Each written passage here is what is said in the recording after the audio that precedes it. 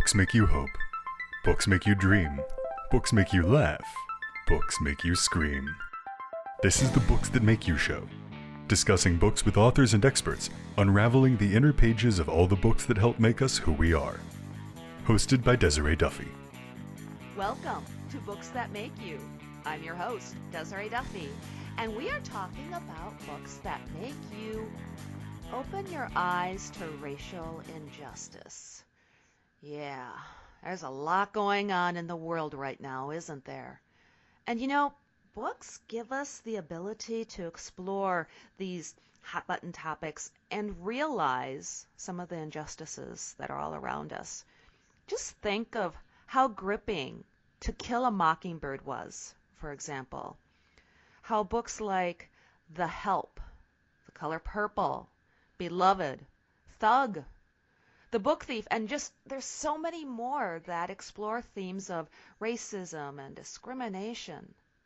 Books like this often do this really neat thing where they flip the tables and they bring us as the reader into the world of someone else, giving them a perspective on a topic with often just biting, gripping results.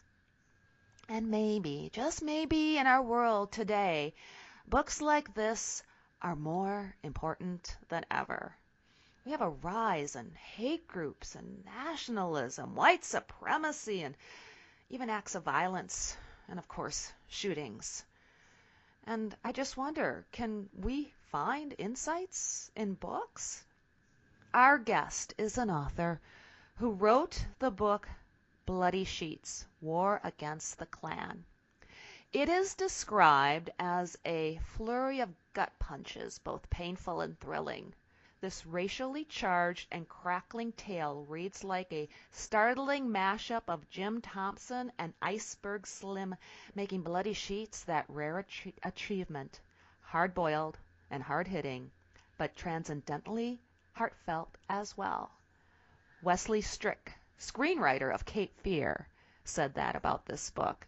And right now, I'd like to bring our guest in. Andy, welcome to the show. Hey, Desiree, how are you today? I am fantastic. Great. You know, I have this. I'm so excited to talk to you because your book touches on such an important theme right now.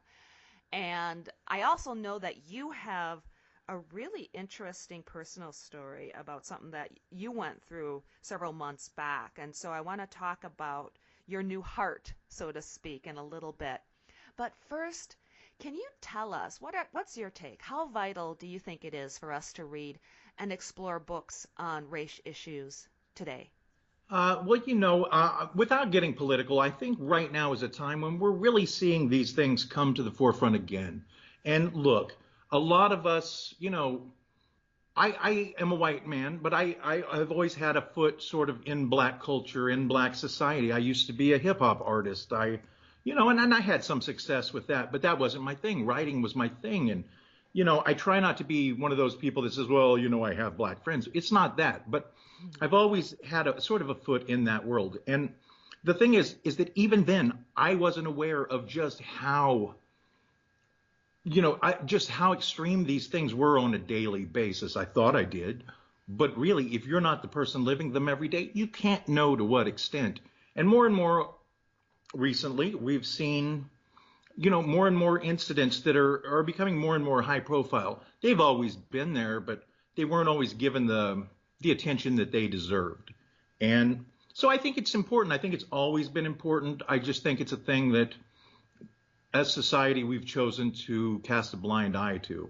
But I think that it's very vital moving forward to make sure that the younger generations know it comes down to just a difference of right and wrong.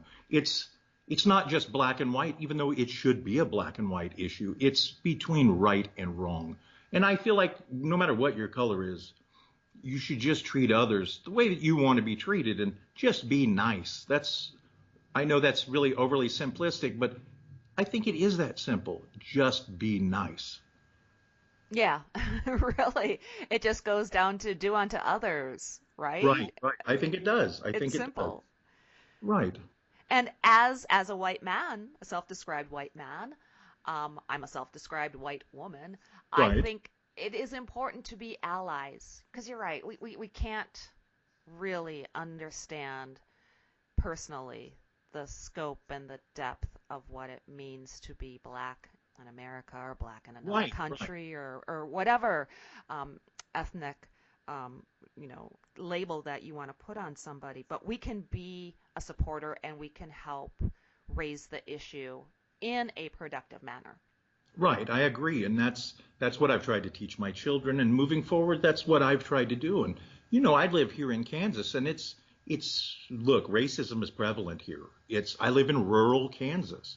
You can imagine, what that's like, and I see it all the time. So it's always been a very important issue to me, and so I was always sort of looking for a way to sort of have something to say about this in writing or whatever, and so I guess I'm probably leading up to your next question, but Yes, you are. right, Well, I think it's important to because the nice thing about this show is it's heard around the world. right, And, it's very different in rural Kansas. It's different in Los Angeles. It's different in Florida. It's different in Europe and Asia. Every place, every area has their own unique issues that they're dealing with. And I think one of the great things about the internet is it gives us all the ability to join together, to talk about things, but then it also has that deep, dark underbelly where it makes it really easy for people who hate to right, join together and to almost validate and justify their hate because they can find other people like them on the other side of the world. Whereas, quote unquote, back in the day, if you lived in rural Kansas, you had a very small group of people around you to really pull from. right, And the nice thing about books is they aren't that snappy, quick, anonymous type of reading material. You can really flesh out and explore the themes and issues of the day. right, right. I agree, and the books on the subject that have had the most impact on me, a lot of them have been nonfiction. The autobiography of Malcolm X and Alex Haley, that was a big one. Black Like Me, those books. Actually, my very first book was supposed to be about Malcolm X. It was sort of in the 90s when there was that, all the Malcolm X movie and all of the Malcolm X books were out, and I thought that was going to be my first book. And it never went anywhere, but it was going to be sort of about Malcolm after he went to Mecca and sort of realized that, you know, that everyone were brothers, and then that's the side of his story that doesn't get told a lot. But so this has always been a thing that was of interest to me. And I really like the fact that you've been inspired by so many different people and other books as well. So let's talk a little bit more specifically about your book. Can you tell us about Bloody Sheets? What's it about? What inspired it? Well, the book came together pretty quickly. It was, you know, my first novel took I worked on it for 6 or 7 years, but this one came together in a matter of months. It's a novella, it's shorter, but actually I can tell you exactly, to give credit where credit's due, the inspiration came on opening night for for Black Klansman, the Spike Lee movie written by Kevin Wilmot, or Kevin Wilmot and Spike. I went and saw that in Topeka, Kansas, with a friend, Jake Jackson, and I got to thinking as we were watching it, and I thought, why have I never seen a film or read a book where a black man sort of just takes on the Klan? And, obviously there are reasons for that. It would be, why we don't see it happening in real life, but, the danger factor, obviously, is a big part of it. But, I got to thinking, I thought this is a really good idea for a book. And I got out of the theater and I told Jake this idea, and he was like, wow, you should write that. And the thing is, and I thought, and I'd never seen this, it's a very brief part of, A Time to Kill, and everybody remembers that, but it's A Time to Kill is a courtroom thing about this 2-second shooting. And really what I wanted to do was make something sort of like Man on Fire, or, there's an old revenge movie called Rolling Thunder that was written by Paul Schrader and a guy named Haywood Gould. And anyway, I've always written a lot of pulpy type themes. I try to rise above the pulp, but I do write pulpy themes sometimes. And I had written a book that was a revenge book years ago, just a straight revenge book that had gone over really well, and it's been published 3 times by 3 publishers. You know, and it was called Riding Shotgun, and it was very popular. And I don't know, I've always liked those themes of revenge stories, but this felt like an opportunity to tell a different kind of story. So this isn't the, you know, this isn't the high-handed,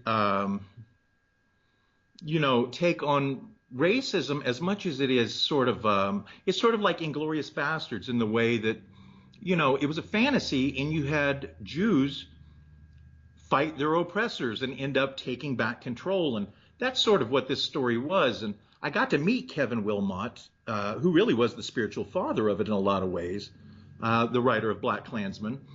And I told him about the book when I was working on it. And he said, you know, like a blaxploitation film. And I have to agree that there's some element of that. I actually wrote a book years ago called Reflections on Blaxploitation. It was about those films from the 70s. Mm-hmm. But yeah, there is that element.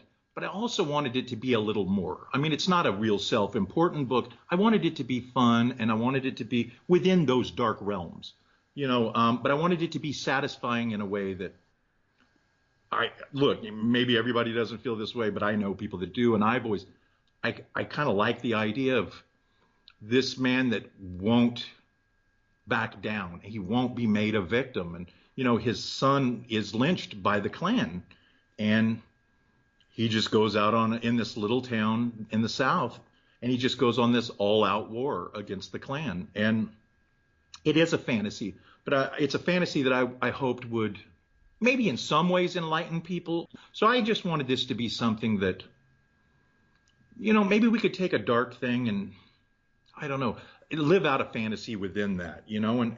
So yes. That's it, you know, is I just wanted to make something sort of enjoyable in a dark way within those confines. No, it's not a super positive book, but look, you know, certain groups of people have been oppressed, and African Americans are a huge part of that. And they continue to be oppressed, whether people want to admit it or not. And I like the idea of the underdog sometimes rising up, and who doesn't like that story, you know? Be it Rocky or be it Inglourious Bastards. It's, you know, but I felt like there was more weight on this. There was more importance and to that subject matter, and I didn't want to make light of it, you know. So I will say this before I, you know, let you go into it did weigh on my mind. Was this my story to tell? And I grappled with that, you know, because to some degree it's not my story to tell. But the part that I couldn't really get past was it was the story that I came up with. No one else came up with it. And I'm a writer. That's what I do. I write. And so I just tried to do the very best justice to the material that I could possibly do. And I think that's commendable. A lot of times writers, authors, they can be picked apart a little bit for writing a story that isn't quote unquote necessarily theirs.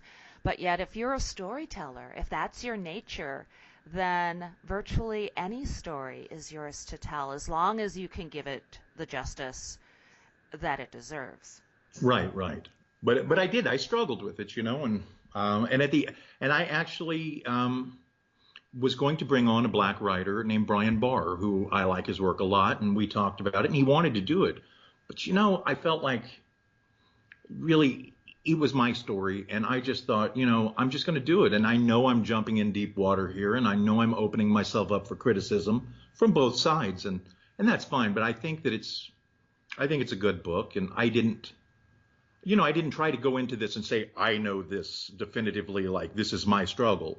Mm-hmm. I just wanted to tell a story, and a story that I can see objectively. You know, you don't have to have a lot of insight to see that people are treated badly because of their skin color. You know, and it's the human condition, you know, to be able to know that if I was in this situation, what would I do? You know, because we all have similarities.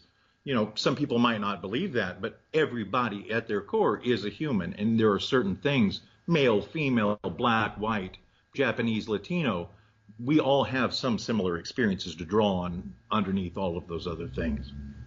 Absolutely. I mean, we are all human and we all have empathy and we can all relate to one another. It might not be the exact same scenario, Right.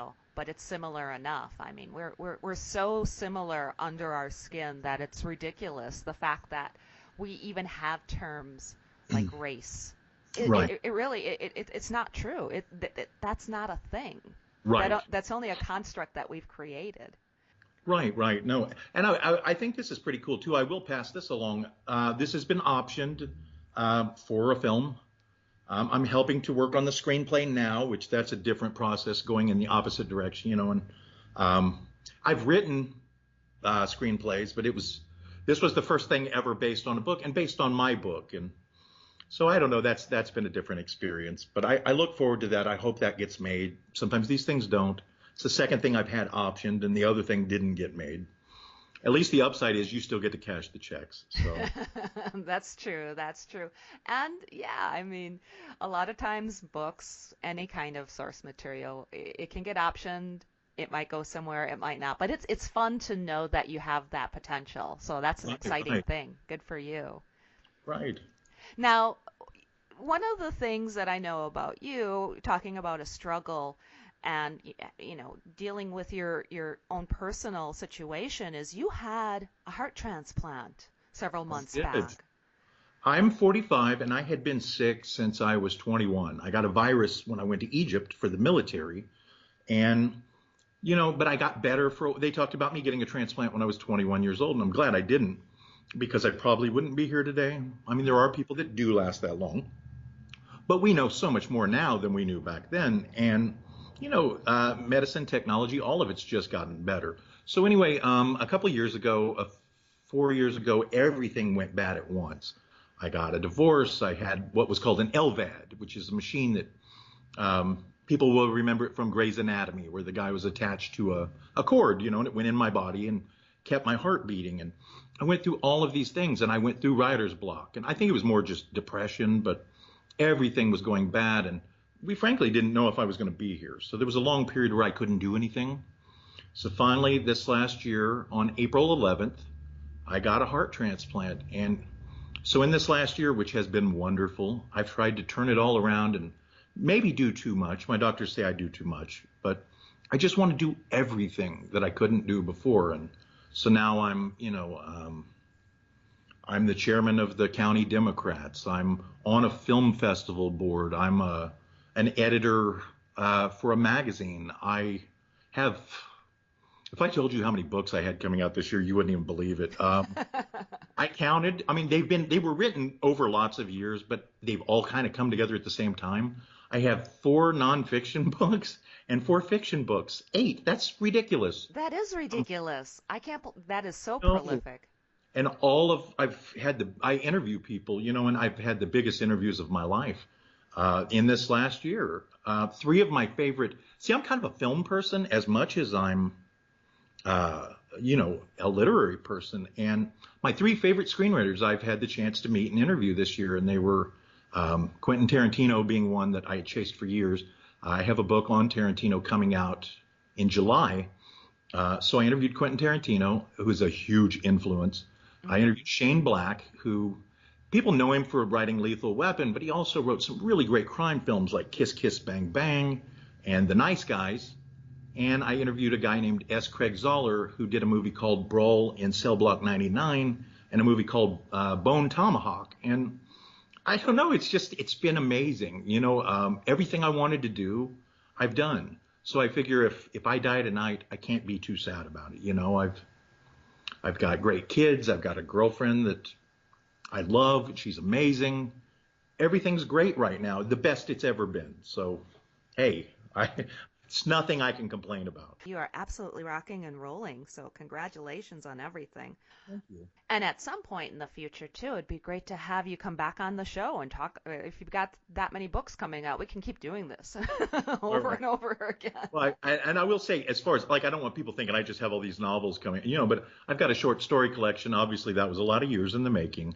I've got this novella. I've got a novel coming out at the end of the year. And then I've got a book that I edited with a guy named Chris Roy. It's an anthology. I just want to plug this real quick. It's called A Time for Violence, and it's got Joe Lansdale, who's a hero of mine, Max Allan Collins, who's a hero of mine. There are 3 different writers in the book that actually have written books with Stephen King. So that gives you a good idea of all of a sudden we're in pretty good company. I am very proud of that.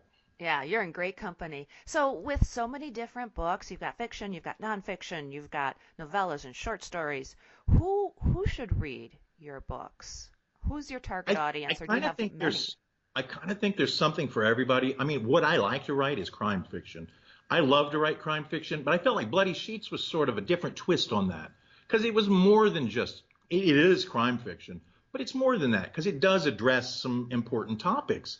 And but then I also have a short story collection coming out that's primarily horror. That's got the goofy title of Crazy Ass Stories for Crazy Ass People. And the thing that makes this even more crazy is I have 8 books within a year coming out from 6 different publishers. I mean, it's pretty crazy. Oh, that's great. Congratulations again. I love it. Thank you. I wish it reflected a little more in my bank account, but hey, I'm doing what I always wanted to do.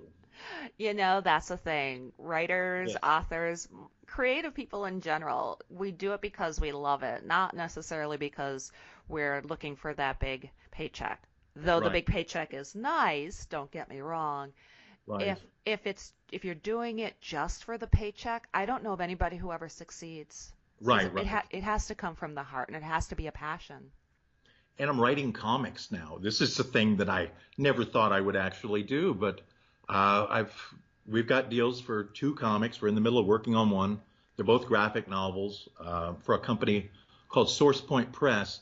My co-writer, David Hayes, has a graphic novel that's pretty popular called Rotten Tale, which is a horror kind of Easter story. And they're making a film of that. It comes out in April. So, yeah, things are crazy, but they're looking up. But I really want people to read Bloody Sheets, and I hope they enjoy it. I'm very proud of it. I don't know what else to say. And in that same theme, I am supposed to be working on a memoir with a gentleman that was one of the chairmen for the Black Panthers.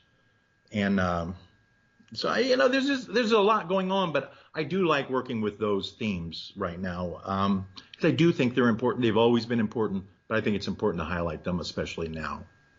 Yeah, I couldn't agree more. So where can people find your books, find you, social media, your website? Amazon is always a good place, because some of the publishers only you can get them online, some of them you can get in bookstores, but Amazon is always a pretty good go-to, or booksamillion.com, any of those, Barnes and Noble. Yeah, that's always a good place. And then I do have a Facebook page, and it's Andy Rausch, Rausch. I just started it a few months ago, and I'm on Twitter. So, and I think my Twitter might be under Andrew Rausch. I can't remember, but when you go there, you'll see book stuff everywhere. You'll know this is the book guy. Yes, many, many books. I can't believe how prolific you are. Any closing thoughts? Anything else that you wanna add? Just, again, just be nice to people, and I always use every opportunity I can to remind people to be organ donors, because at the end of the day, those organs are just going into the dirt, and people don't know that, one person's body can help something like 75 people. There are organs and tissues that you don't even think about. Why let those go to waste when you can help 75 people stay alive or live better lives? So that's always the thing that I try to tell everybody. And that is such an important message to put out there, and you're living proof of, the wonderful results of Right. being an organ donor. Have you ever met the family or talked to them or communicated? I in any have way? not. We're at a point now where I can write a letter to the family, and I'm just trying to kind of steel myself for that. It's still more emotional than I thought I would be. A little more over it, but it's tough, All I know is that the guy was somewhere around 20, which is remarkable and sad. I just try to remind myself that they would be gone either way, and just be thankful that they decided to, give their heart to me. Yeah, exactly. And because of you, a little bit of them is living on and it's contributing to life overall. So that's a beautiful and wonderful thing. It is. It is. I'm very thankful. All right, Andy Rausch, thank you so much. I enjoyed talking with you today. Hey, thank you, Desiree. I appreciate it. You bet. Once again, my name is Desiree Duffy, your host for Books That Make You. Thank you for being with us here today. And you can find out more on our website. It's really easy, booksthatmakeyou.com. And you can also follow on Facebook and Instagram. Until next time, enjoy all of the books that make you who you are. The executive producer for Books That Make You is Desiree Duffy. Produced and sound mastered by Phil Giangrande. Engineering by Dave Nabox. Social media and promotion by Bree Sweeter. For more, visit booksthatmakeyou.com.